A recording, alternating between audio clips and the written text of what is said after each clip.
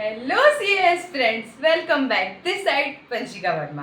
तो चलिए आज हम बात करने वाले हैं, क्या बात करने वाले हैं? जी हाँ, आज हम बात करने वाले हैं वो कौन सी 3 ऐसी टिप है जिससे हम हमारे सीए फाउंडेशन को क्लियर कर सकते हैं। तो चलिए हम हमारी वीडियो को कंटिन्यू करते हैं। तो चलिए कौन सी वो 3 ट्रिक है जिससे हम हमारे सीए फाउंडेशन को क्लियर करने वाले हैं। पहली ट्रिक देखिए, हमारे जो हमें मतलब पहली बात हमें क्या करना है कि देखो, जो हमारे लेक्चर होते हैं हमें सीए फाउंडेशन के लिए जो हम लेक्चर लेते हैं, पहली बात तो कि हमें हमारे लेक्चर अच्छी जगह से, अच्छी कोचिंग से, अच्छी इंस्टीट्यूट से, मतलब अच्छी, या तो आप ऑनलाइन करें या ऑफलाइन करें, लेकिन आपको अच्छी जगह से करना है। जैसे हमने पुरानी वीडियो में बात करी थी, उससे आपको ये तो पता है कि आपको ऑनलाइन करना है या ऑफलाइन करना है।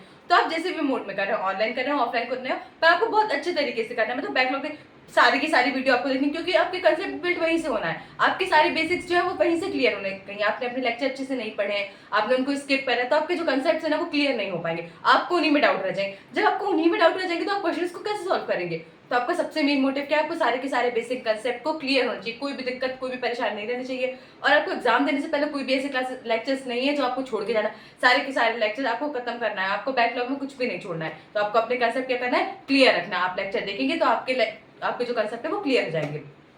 आप लेक्चर देखते हैं ना तो उनको, हाँ सेल्फ स्टडी आप कर सकते हैं, हाँ फाउंडेशन के आप सेल्फ स्टडी कर सकते हैं, पर आप लेक्चर देखते हैं और सेल्फ स्टडी करते हैं तो उसमें डिफरेंस हो जाता है। कि देखिए, आप लेक्चर कर रहे हैं और वही चीज आप फाउंडेशन में मतलब सेल्फ स्टडी से कर रहे हैं, तो आपको जितनी लेक्चर में मेहनत लगेगी उससे 2 गुनी मेहनत लग जाएगी यदि आप खुद से पढ़ रहे हैं। क्योंकि कोई टीचर आपको पढ़ा रहा है, कोई टीचर आपको बताता है, तो वो चीज अलग समझ में आती है।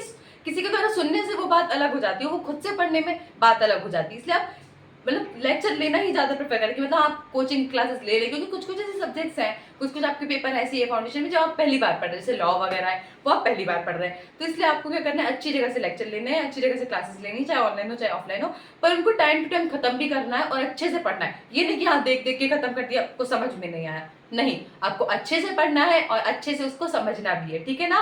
तो आपको सारे के सारे आपके कंसेप्ट क्या करना है? क्लियर करना है। कोई भी फाउंडेशन में कोई भी ऐसा कंसेप्ट ना हो जो आप पे डाउट में रहे और आप पेपर देने चले जाओ, नहीं, आपको सारे के सारे एक एक कंसेप्ट को क्लियर कर। अब बात आती है टिप नंबर 2। जी हाँ, टिप नंबर 2 क्या? कंसिस्टेंसी। कंसिस्टेंसी, हाँ, आपको टाइम टू टाइम अच्छे से क्वेश्चन की प्रैक्टिस भी करनी है। मतलब देखो, आपने लेक्चर देख लिया, हाँ लेक्चर देख लिया, बहुत अच्छी बात है, आपके सारे कंसेप्ट क्लियर हो गए, पर भाई कंसेप्ट क्लियर होगा, पर ये नहीं कि आप क्वेश्चंस को नहीं करें, नहीं, लेक्चर देखने जरूरी है, पर इतना भी नहीं कि लेक्चर देख के काम खत्म हो गया, नहीं, आपको कंसिस्टेंसी से क्वेश्चंस भी करनी है। अब जैसे देखो, आपने मैथ्स है, मैथ्स पढ़ ली, कैसे समझ लिया, फॉर्मूले याद कर लिए, रट भी लिए, पर जब तक क्वेश्चन नहीं करोगे आपको पता कैसे चलेगा कि पेपर में कैसे करना है? अब आप सोचोगे मैं लेक्चर देख ले रहा हूँ, पेपर दे लूंगा, हो गया, नहीं, लेक्चर तो देखने ही दिखना है, पर टाइम टू टाइम आपको क्वेश्चंस भी करते जाना है, ताकि जो आपने पढ़ा है, जो आपने समझा है, उसको कैसे सॉल्व करना है आपको ये भी आना चाहिए। लॉ है, समझ लिया, सब कुछ हो गया। अब लॉ के लिए हम थ्योरी के लिए एक अलग से बात करेंगे, लेकिन आप अभी मानिए जैसे लॉ है, आपने समझ लिया ऐसे सब होता है, सब कुछ याद, लेकिन जब तक आप लिखोगे तो आपको पता कैसे चलेगा कि पेपर में लिखना है कैसे? कोई सिस्टमेटिक वे तो होता है ना पेपर में लिखने का, कैसे लिखना है कैसे पता चलेगा? जब आप प्रैक्टिस करोगे उसकी, क्वेश्चन की लिख कर देखोगे, सॉल्व करोगे, तब पता चलेगा। अब देखो, मैथ्स है, आपने कोई कंसेप्ट पढ़ा, उसके 10-12 क्वेश्चन लगा लीजिए, उस कंसेप्ट को पढ़ के 10-12 क्वेश्चन ऑब्जेक्टिव टिक लगा लीजिए, बस इतना ही तो करना है, आपको प्रैक्टिस करनी है। क्यों? वहाँ टाइम भी है। अब ऑब्जेक्टिव वाले जैसे मैथ्स, इको तो फिर भी ठीक है, क्वेश्चन पढ़ा और आंसर लगाया है, मैथ्स है जैसे, उसके लिए तो आपके पास टाइम भी है कि आपको उसी टाइम पीरियड में करना है, तो आपके पास कंसिस्टेंसी, मतलब आपको इतना फास्ट स्पीड भी तो होना चाहिए, मेंटेन करके रखना है ना कंसिस्टेंसी के साथ, मतलब क्वेश्चन भी सही है, सॉल्व भी कर रहा है, टाइम भी है, ऐसा तो नहीं कि दिन भर दे दिया, नहीं, टाइम लिमिट है आपके पास, इसीलिए आपको प्रैक्टिस करके चलना है कि आपको टाइम लिमिट के अंदर सारे के सारे क्वेश्चंस और अच्छी तरीके से सॉल्व भी हो जाए। इसलिए हमें हमारी कंसिस्टेंसी को मेंटेन करना बहुत बहुत ज्यादा जरूरी है। ये बात होती है हमारी सेकंड नंबर की टिप, क्या? कंसिस्टेंसी। चलिए अब बात आती है हमारी टिप नंबर 3। क्या है tip number 3? All MTP RTPs and previous year questions of ICAI. क्या? RTP MTP PYQ of ICAI. हाँ, आपको लेक्चर भी लिखना है, आपको प्रैक्टिस भी करनी है, पर प्रैक्टिस करने के बाद जब आपका रिवीजन भी हो जाए, जब आईसीआई अपनी आरटीपी एमटीपी रिलीज करती है एग्जाम के पहले, आईसीआई पहले आरटीपी दे देगी, 1-1.5 महीने पहले दे देगी, उसके बाद आपको 20 दिन ऑलमोस्ट, हाँ 20-25 दिन पहले आपको एमटीपी 1 मिलेगी, और उसके बाद 8-10 दिन पहले आपको MTP 2 मिल जाएगी ICI की। आपको हर अटेम्प्ट के लिए RTP MTP अलग अलग आगी। PYQ मतलब प्रीवियस ईयर क्वेश्चन, मतलब जो पुराने ICI के पेपर हो चुके हैं उनके क्वेश्चन। RTP MTP 2 MTP और 1 RTP हर अटेम्प्ट के लिए ICI रिलीज करता है।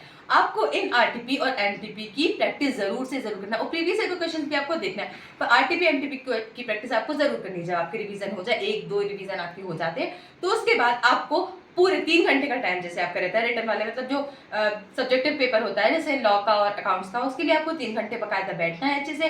पूरी MTP को अच्छे से दोनों MTP को अच्छे से आपको 3 घंटे में पूरा करना है। इससे आपको ये पता चलेगा कि आपका टाइम से पेपर खत्म हो पा रहा है कि नहीं, आप इतने मतलब आप इतने वो हो गए हैं कि नहीं, लायक हो गए हैं कि नहीं, कि आप 3 घंटे में पूरा पेपर खत्म कर सकते हैं अच्छे से और याद कर करके, ठीक है ना।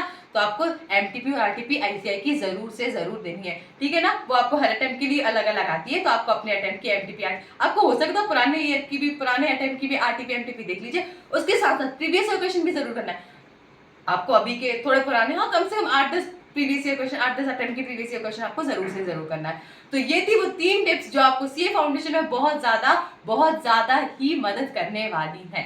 तो चलिए हम मिलते हैं हमारी नेक्स्ट वीडियो में। हम बात करेंगे कि हमें इंटरमीडिएट को कैसे प्लान करना है, हमारे इंटरमीडिएट को कैसे पास करना है। तो चलिए मिलते हैं हम हमारी नेक्स्ट वीडियो में, तब तक के लिए बाय बाय।